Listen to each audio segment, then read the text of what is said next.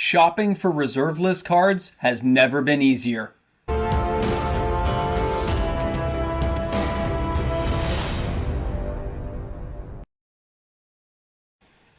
So apparently I'm not the only one going reserve list shopping lately.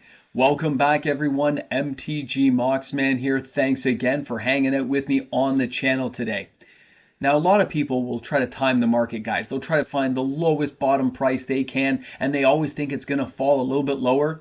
They wait a little too long, and then before you know it, they regret not saving that extra 20% where they could have gotten it.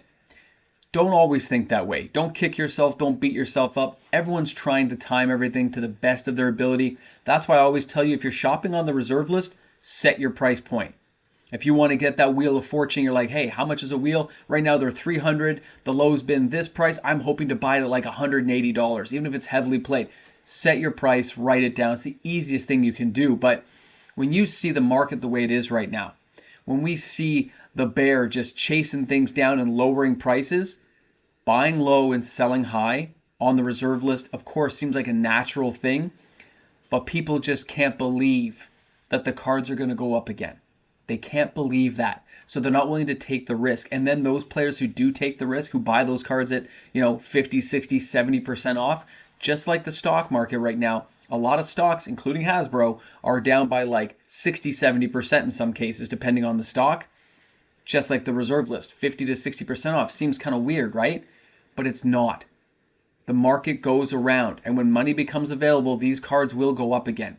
Players will start desiring them and building back in and trying to solidify positions in these cards. And it just shows on the market. The cards I'm starting to see move and sell, the amount of cards that almost make the list every week is kind of just growing each and every week as I count the cards down. So on today's video, we'll go through the hottest selling cards, of course. We'll go from the Yellow Brick Road number 10 all the way down to the Emerald City itself at number 1. And we'll see how the market manipulation is easily attained on the reserve list because so many cards are so underpriced still. They're just so cheap. And when they turn, people say, I can't believe this card was that cheap and I never bought it. Save yourself the time and effort. Write the cards down, guys. Write them down, the cards you want. Mark your own price point of where you think the card should be, where you're accepting the loss if this card goes to zero. But at the same time where you think, hey, later on, if I want to sell it back or make some money on it, it's possible. Guys, there's lots of reasons to collect these cards. Some just want the beauty of owning it. Others want to get 100 copies or more. Let's talk about it. Let's check out the hottest selling cards on the reserve list this week. This is your Hot 10. Starting out at number 10 this week, it's Gayas Cradle. The average price is $891.31 US. It had 22 sales this week. It's €569.74 to get this card into your house. It's around $1,250 here in Canada for a moderately to light played copy. Now, of course, this card does see a lot of play. It is very sought after, and its price will rebound quicker than other cards around it. Considering it's had an all-time high of $1,209.99 US, this one's got a long way to go. Now, when we're looking at the play level of this card, you're going to find it in a lot of vintage and legacy decks, things like legacy decks with elves. You're going to see it in vintage with Hollow Vine, but it's just an amazing card to have, and it's on a lot of people's hit lists. So this is a card that does rebound quicker. Let's go ahead and take a look at number 9. Bayou takes the slot for revised edition with 25 sales this week. The average price is $424.99 US, €320.03 to get that card into your house. Depending on the condition, this card in Canada can be less than $400 Canadian. Now, when we're talking about any dual land, guys, any dual land you want, I don't care which one, when you buy these cards, generally if you're new to buying in the reserve list, these are not cards you're going to sell. They can basically be used in any deck going forward from vintage, legacy, commander, kitchen table, wherever you decide to play. The dual lands, when you start buying them, you realize you've got to have at least one. You hopefully get 4 of each if you can afford it. And it's just one of those cards that shows that you're at that certain level of collecting. So I definitely recommend buying into them if you can. Hold on to them for basically ever and just enjoy the fact these cards are played in so many areas. What an amazing card. Vintage, legacy, commander, I don't care where, wherever you can play it, enjoy it, because these ones are ones to keep. Our next card in number 8 slot is... That's right, everyone. It's the Deranged Hermit hanging in there. And although this card doesn't have any recent decks, it does have a lot of sales. It's in the number 8 slot with 29 sales this week, but that market average is only $40.99 US, and that's for a near mint copy. Remember, there's lots of triggering effects that could be used with this card. It can and does get played in Commander Squirrel decks, and although it doesn't have a home in any vintage legacy stuff right now, it's just one of those cards I think a lot of players deserve to own. At this price level, there's a reason why it's selling so many copies. It's had an all-time high of $140.85. That was back in 2021 during the major buyouts. But in February of 2013, this card was only $5.46. Look at the price tag, look where it's been, look where it's going, and that kind of gives you a price range. This is still a very underpriced card that is underappreciated. Guys, even I'm buying this card. It's amazing. Buy a couple of copies, you won't regret. Let's go ahead and take a look at number 7 this week, and that is Geyser with 29 sales, and of course the average price is $23 US. It's €13.75, and it's around $30 here in Canada for a near mint copy, but you can go ahead and find this card for a lot less than that. All you gotta do is go for a moderately played, and you can buy multiple copies of this card. Now, a card like Geyser, it's had an all-time high of like $97.99, guys. A massive swing compared to its all-time low back in like 2015 of being like less than $2 US. Again, cards like this are not found in a lot of vintage and legacy style decks. There's cards that are kind of faster and better than it, but it does see some commander play. I use it myself. People don't generally expect it anymore, and it's a lot of fun to have around, and that artwork is really iconic. If you can afford it, I would definitely go for the near mint copies. For any collectors out there who may be seeking this card when the market turns around, it's the first one they'll go after. Our number 6 card this week is Fork, and that's revised edition with 32 sales this week. The average price is $41.88 US. It's had an all-time low, though, of $4.33 US and an all-time high of $324.50 back in 2021. The major swing price levels of this card and the first time that we saw revised cards being bought out shows that the market still has a lot of depth. There's a lot of absorption to happen with cards like this because there were so many printings made of it, but it's still only a finite amount, and it does see commander play. Keep an eye on this, although it doesn't have a real home in vintage and legacy because of how fast those decks work. This card does have playability, a lot of casual fun, and something you can appreciate with the artwork and the time it's been around. Guys, an amazing card that I can recommend for anybody's collection out there, and for those people buying it, I think it's a pretty smart play. Our number 5 card this week is Thawing Glaciers from Alliances with 35 sales this week. It has an average cost of $21.61 US. It's €16.46 to get this card into your house. Here in Canada, it's around $28 for a near mint copy. Every landfall deck would love to have this card additionally just added in, because how you can use this card to thin out your mana base is amazing, okay? Being able to cycle through every other turn or every turn, depending on how you can work your card in, is an amazing thing. This card's had an all-time high of $58.99 US and an all-time low way back in 2013 of $6.42.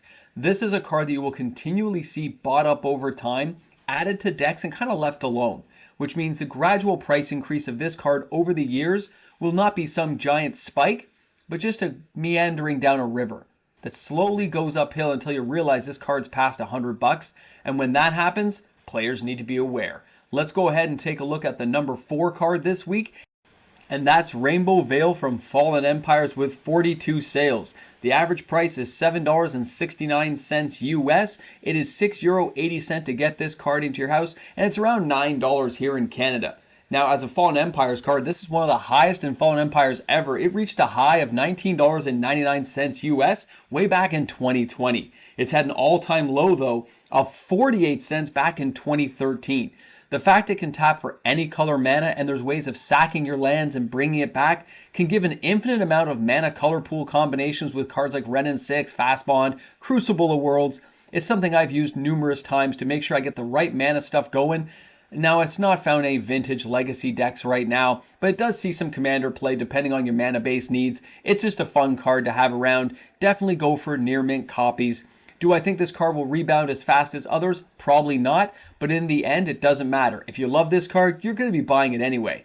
Now let's go ahead and take a look at the number 3 card this week, and that is from Weatherlight. It's Winding Canyons with 46 sales and an average price of $18.25 US. It's €17.21 to get this card into your house. And here in Canada, you can find it from anywhere from $20 Canadian all the way down to $12 depending on the condition you're after. This card's a little more unique from Weatherlight in the fact it doesn't tap for colored mana, but it can tap for colorless right away. And the fact it can give flash is a pretty amazing ability, where it says until end of turn you may play creature cards whenever you could play instants, means any of your creatures become big baddies with death touch or whatever other abilities you have to knock out your opponent.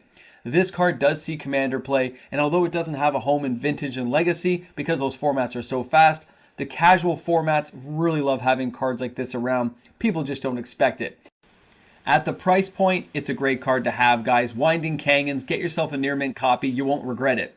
Now, the number 2 card this week is Soldevi Excavations with 68 sales. It has an average price of $17.89 US. And remember, when this card comes into play, you do have to sacrifice an untapped island, but this land taps for 1 blue and 1 colorless. 1 and tap it. It can also scry. What a great card to have around. It's in all my Vintage and Legacy decks. It is the card of the channel, and a lot of people who find me out there on YouTube do buy at least 1 copy to join the army. And we do know that this tinfoil hat army of Moxman, we know where there are over 7,000 copies of this card. We've kept some very good paperwork on it. Guys, a great card to have for anyone's collection, but it's not the number 1 card. Because as we know, any low-level reserve list card that continues to fall in price can be the subject of a low-level buyout, and it doesn't take a lot of money to move low-level cards, which could have future uses. Any reserve list card could get broken under the right circumstance, and the next card is one that we're going to talk about.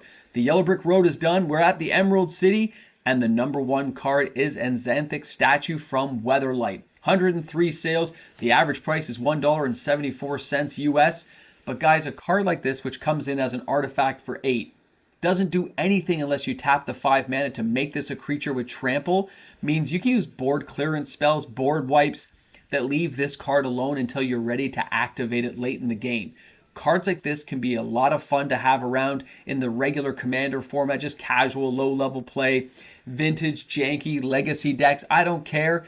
Cards like this are fun. I've always enjoyed them, and there's so many ways of enjoying Magic the Gathering that are not competitive, you don't have to worry about it. But when it comes to low-level market manipulation, collaboration, you get 4 or 5 friends together and you can get on the hot 10 just by buying some low-level reserve list card. That's how easy it still is right now with the bear market the way it is. But when that market turns, and it will, guys, that's something else. So as we finished off the conversation today, let's wrap things up. Let's talk about what's going on in the market, and let's just enjoy some great reserve list card fun.